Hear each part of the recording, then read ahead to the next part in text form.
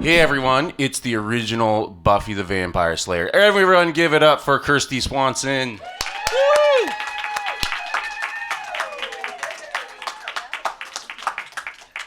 Everyone having fun? Oh yeah. I don't even need Tuesday to come around, which is Halloween. I've like had Halloween on steroids for like Yeah, it's Halloween season and it's Yes. it's nonstop. It's nonstop fun, isn't it? Sorry, don't judge me. I'm having a beer during this panel, but You are. it's Sunday. All right, come on. Is it beer o'clock? It's already beer o'clock apparently. The editor of RUE MORGUE was just out in the hallway and she offered me a beer, so I was double fisting before this panel. Wow, does that ever look bad, doesn't it? This could go many different ways. Okay, so KRISTY, I'm super thrilled to be doing this. I have a memory of going to see Buffy. Drinking. Oh, there you go. They're going at it. Oh, but yeah. By the way, I didn't mean to be rude to you out there. I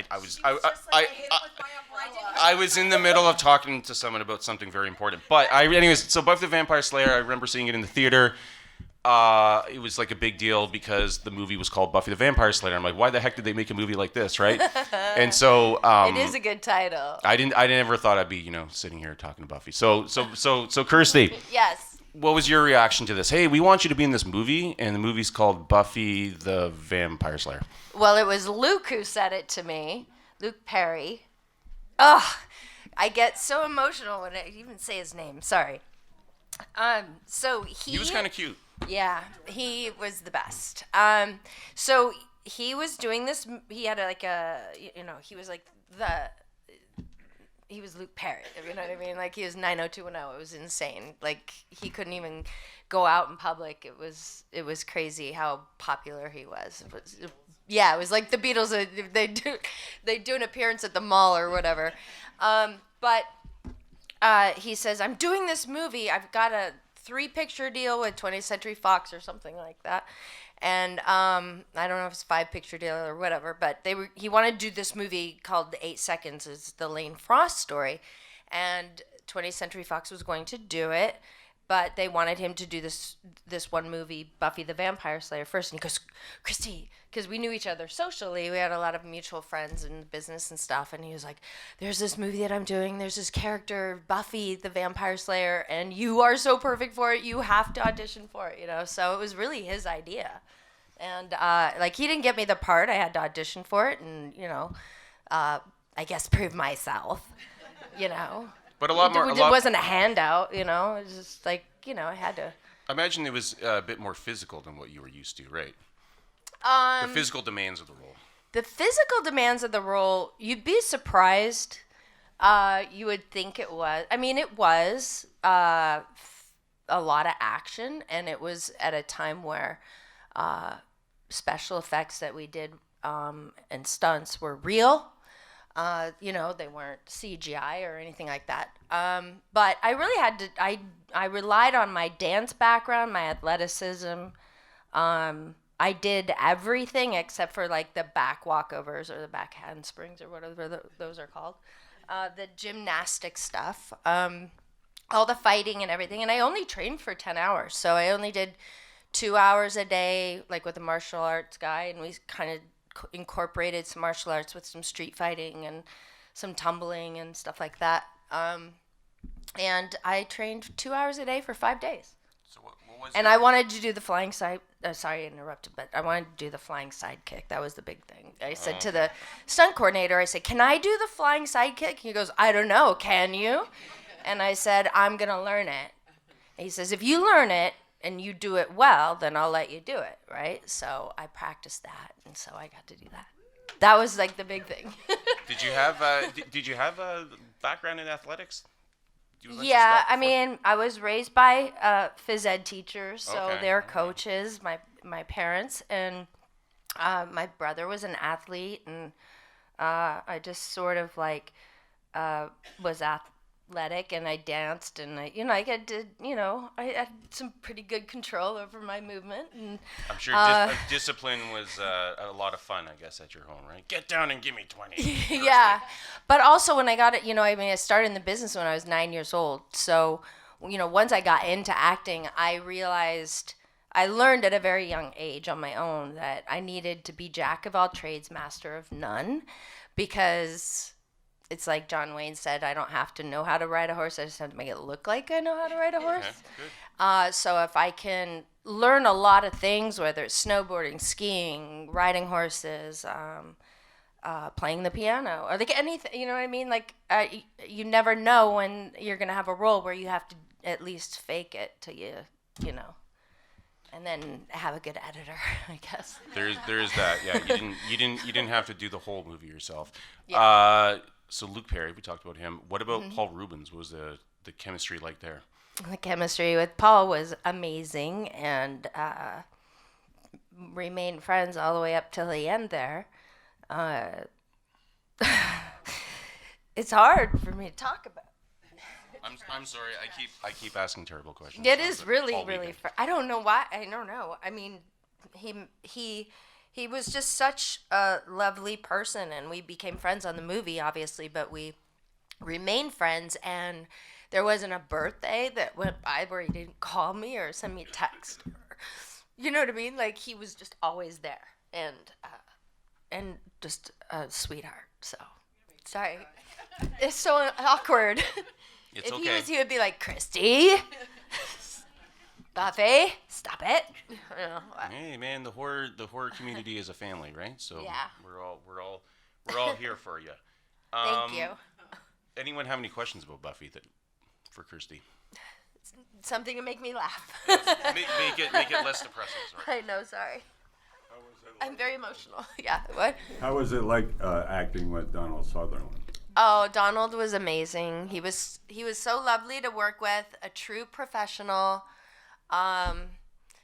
He was a good friend. He made me laugh, and he always wanted it to be great and good. You know what I mean? Like he was even the kind of guy that I remember we were shooting when we shot a lot of nights, so we would work from 5 o'clock at night until 6 o'clock in the morning. You know, like so because we had a lot of night shoots.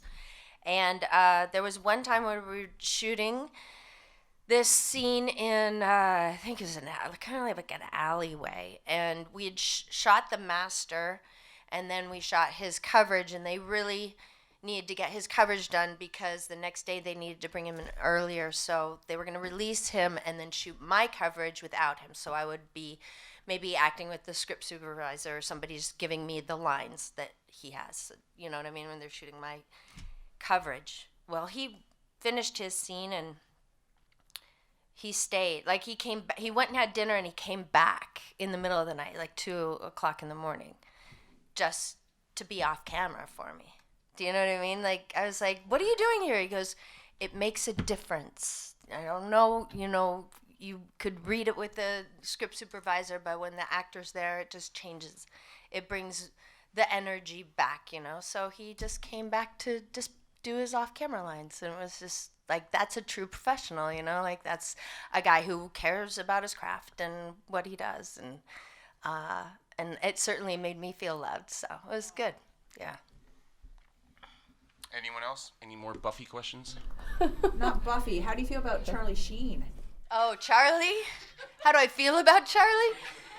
Well, Did this just turn into the biggest gossip fest? I don't know. I have nothing. I have no gossip.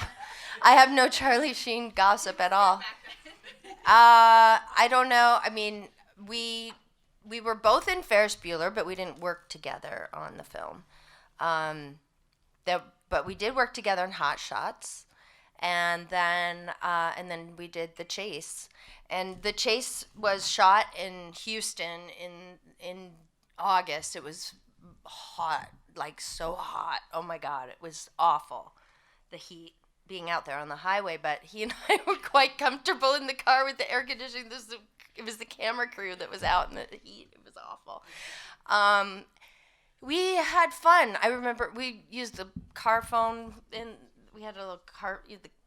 Remember the car phones that were Yeah, it was like actually attached to in the car. Like we would call his dad, and talk to him, and call various people and have conversations in between takes. And he is wickedly funny, like super hilarious, very smart, intelligent guy, and you know, it was fun. It was it was a funny movie. So yeah, I got no trash talk. No, I just was wondering. I love Charlie Sheen. I'm a fan. Yeah, he is very talented. But you had a question in the back there. Did. Going back to trash talk, did you ever feel any rivalry with Sarah Michelle Gellar over the role? No. No. None. None whatsoever. Oh my God, a lot of people ask me that question too. And I get it. I understand why. But the thing is that like the movie we did in 1992 and it didn't like do that well in the movie theater. It didn't like make box office. I think Death Becomes Her like beat us out that weekend or whatever. But the movie got legs in blockbuster rentals. Like, you know what I mean? It was just one of those cult, what do you call it? Cult classic, and it just came to life in that way. You know what I mean? And I think that's what ultimately gave them the idea to turn it into a series, which was fantastic in my opinion because I mean it was like 7 years later, right? So I was 22 years old when I did Buffy. I was playing a high school girl, you know, so I don't think I could play high school, you know, like in my 30s, you know, unless everybody was doing it. Then it'd be like the movie Grease, where everyone was like 40 playing high school. It wouldn't be the first time. Or Beverly Hills 90210. But for me, it was like so awesome that this series was going to come out because the character of Buffy to me was always she's strong, she's independent, but she's funny, and you know, like the woman gets to be the hero. Yeah, and young girls are going to get to watch this character every week, you know, and be a good influence and a positive thing. Like, because I grew up watching Lucille Ball and Bewitched and Wonder Woman and Bionic Woman. Those were the women that I looked up to as a child. So I thought it was fantastic that they made this series. A lot of people say that, like, how come you didn't do it? It's like, well, they didn't use anybody from the movie, actually, so I didn't take it personally, you know? Why would I? So, if anything, it's an honor. So, yeah. I mean, I can remember seeing the show for the very first time, too, on, what was the channel here? Space Channel or something like that? But it was, yeah, I remember, you know, the show coming That on. must be a Canadian thing? Yeah, it's okay. it's a Canadian thing. Okay. And so I was like, oh, they made a Buffy the Vampire Slayer show? That's so weird, because the movie wasn't like this big cultural phenomenon, really, right? Like it didn't like, but the show certainly, you know, it certainly created a show that was. Right, and I mean, I think I watched part of like the very first one, which I think was like a 2-hour movie of the week pilot or whatever, and I could tell that it was so different from the movie. Like the movie is very bubblegum and sort of, you know, lighter weight, and it's the series was a whole new look, a whole new, you know, a whole new world. So they're just very different from each other. So yeah, I liked it. I did too. Yeah. Are there any more Buffy questions? If there's not, we can talk. Oh, yes, there is. Absolutely, right here. What? I was just going to ask if you have a favorite moment from filming. A favorite moment from filming the movie, I guess, would... I mean, I had fun every day. And... Was it like a stunt or an action scene that was... favorite... Well, I mean, the funniest moment was Paul's death, because we didn't know what he was going to do. None of us knew what he was going to do. And when he did it, like, nobody... the laughter on set, like... everybody lost it, and it was hard. If you really watch, like, if you watch it again, you'll see, like, I'm really trying so hard not to laugh. I mean, just like, you know what I mean? Like, it was really difficult. And there's even a take that's even longer than the one that's actually in the movie. It just goes on and on and on and on. It was like, you know, our outtakes. But I can't say that I have like a favorite moment. I really had fun every single day. So. Yeah. Do you still stay in touch with the girls? I have haven't seen the girls in a long time, but I am still friends with Jeff Bueller, who's now a horror writer. He wrote like one of the Pet Cemeteries and a few other movies. He was a PA on the movie. My friend Matt Bilski, he was office PA. We're still buddies.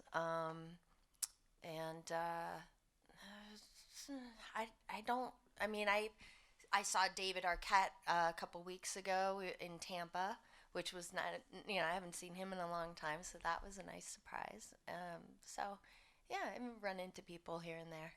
Yeah. Any more Buffy questions? Bueller? Bueller? Anyone?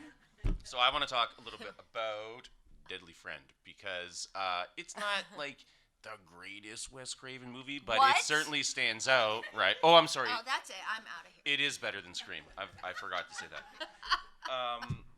But yeah, like I guess what it's kind of known for is that it didn't really start out as he didn't want it to necessarily even be a horror film, right? He wanted it to be Kinda. almost like a family sci-fi movie, and somehow it became this.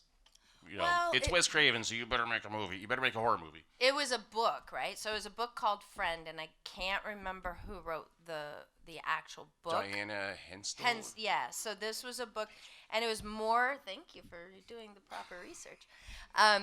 It was a movie. It was a story. It was more of like a coming of age love story, Bride of Frankenstein, like a psychological thriller. It was not a horror movie at all. It wasn't a horror story. And Bruce Joel Rubin, who wrote Ghost, he did the script from the book Friend. So this actual script and the job that I booked, like when I auditioned for it, was called Friend. And it was 2 or 3 weeks into filming when the studio decided, no, we're now gonna make this. We're going to call it Deadly Friend now. I remember my parents were really upset because I was like 15. I was 16.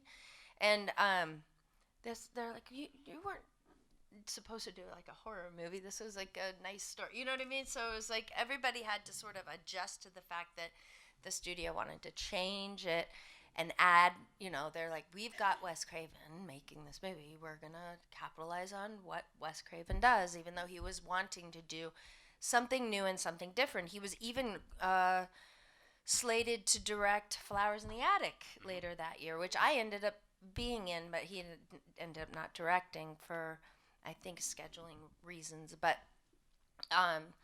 so we all had to adjust to that, and it turned out fine, I guess. It's only until this moment that I realized actually how funny that is that like there's a book. And it's called Friend, which is not the most interesting title for a book ever written. No. But we're going to make a movie out of it. But now we want it to be a horror movie. So what are we going to call it? Deadly Friend. Deadly Friend, yeah. Or Evil Friend. Yeah. I always thought Deadly Friend was a funny title. But Not my friend. You could have done that too. Unfriended. Wait, that is a movie, isn't it? That was before Facebook. That was Yeah. Okay. Deadly Facebook Friend. That's what we. It'll be the modern version. Right. But yeah, they made it a lot more violent, right? Because I mean, originally I don't even think there even was any violence in it, and they had to call you back to do reshoots or something like that. No, they added them. It all got added in while we were shooting. So we had shot a couple weeks, and then that's when they sort of changed what was gonna go down, and they added some blood, and they added some nightmares, and they added some more stunts and things like that. Yeah, there was But there were some reshoots. Like the basketball scene was a reshoot. Right. I originally killed her by throwing her out her own front door.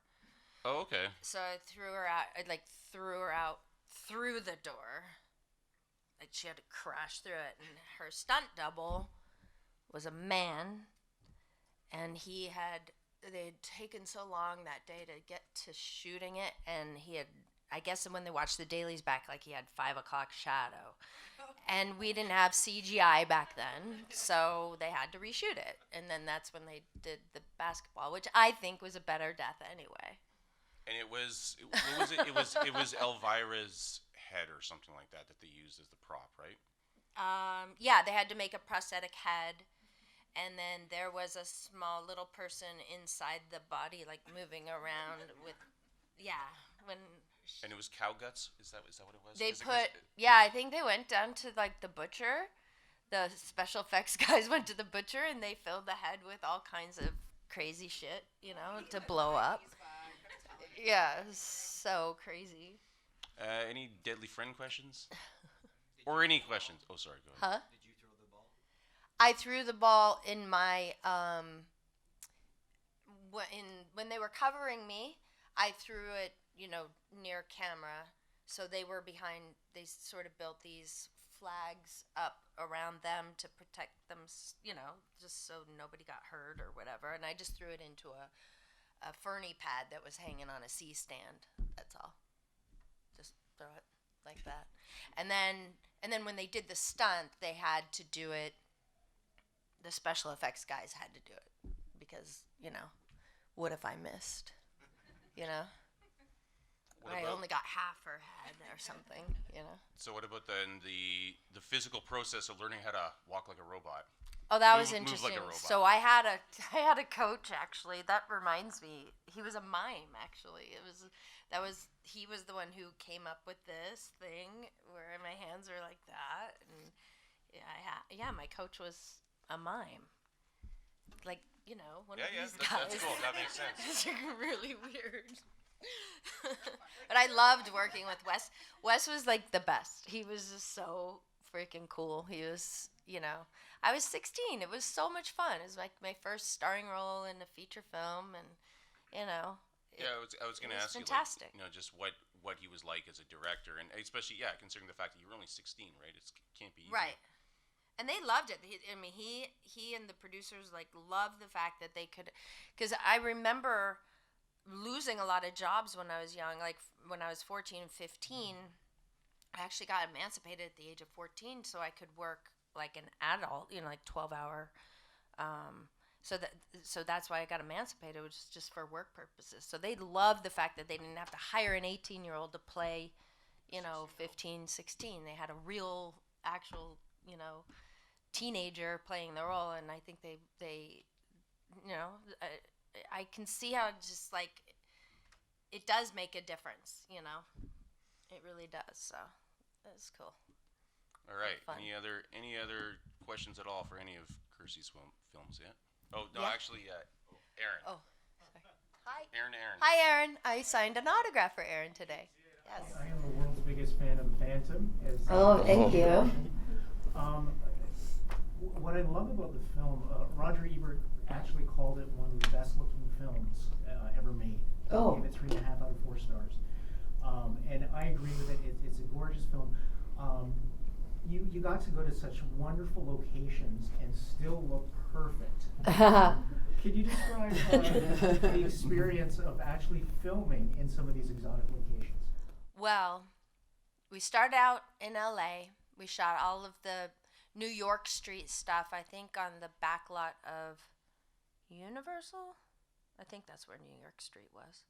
I don't know if it was Warner Brothers or Universal. But anyway, we shot New York Street. Then we headed off to Thailand, into the Krabi, Thailand, the middle of nowhere in the jungle. And that's where we were for many, many, many, many weeks.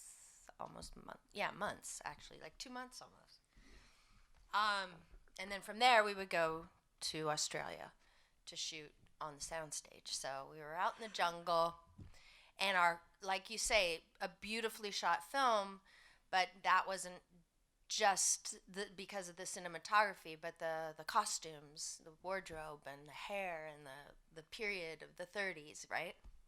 So our costumer was amazing, but I had to wear a corset, and I'm in the jungle. It's hot. It's really hot, and we're wearing wool pants and boots, and your body just, it's like being in the cold or the heat. Your body just learns to adjust to it, after a period of time. So that's kind of how we looked good, only for a short scene. You know what I mean? But the rest of it was pretty sweaty.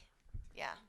It was pretty hot and uncomfortable. But I had so much fun on that film. It was a big adventure. And then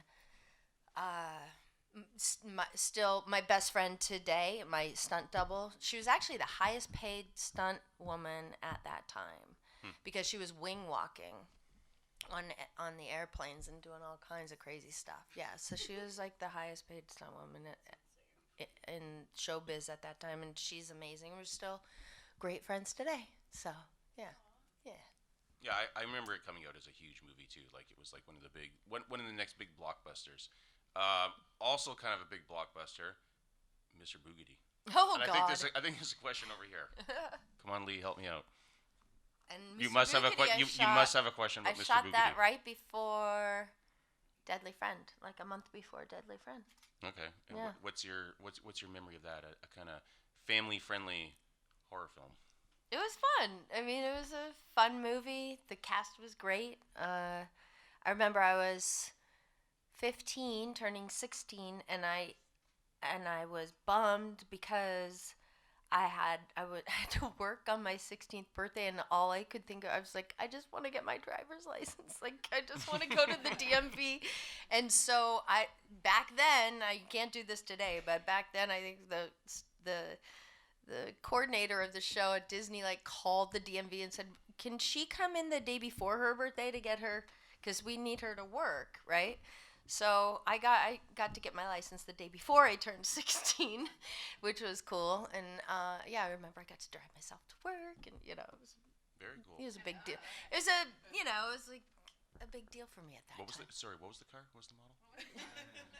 Oh, I think I had a Honda Civic, and that I kind of was passed down to me, and then I was working, was making money, so then I got a Pontiac Fiero with the big whale tail. Oh, beauty. Yeah, it was crazy. So stupid. So stupid. Typical 16-year-old. Yeah. Okay. Andrea's got a question. About Flowers in the Attic. Yeah, there we go. Such a controversial novel. Yeah. Do you know what you were getting into in making a film adaptation? And if so, how did you feel about the changes? What changes? The R-word scene. The R-word scene. I don't know what that means. She probably means the second letter is A. Yeah. And the third letter is P. Brother and sister have a moment of that. Oh yeah. Okay, so yeah, they didn't do. I mean, there's more of that in the book than there was in the script. Yeah, because it's something like that at that time is like 1986 when we shot it.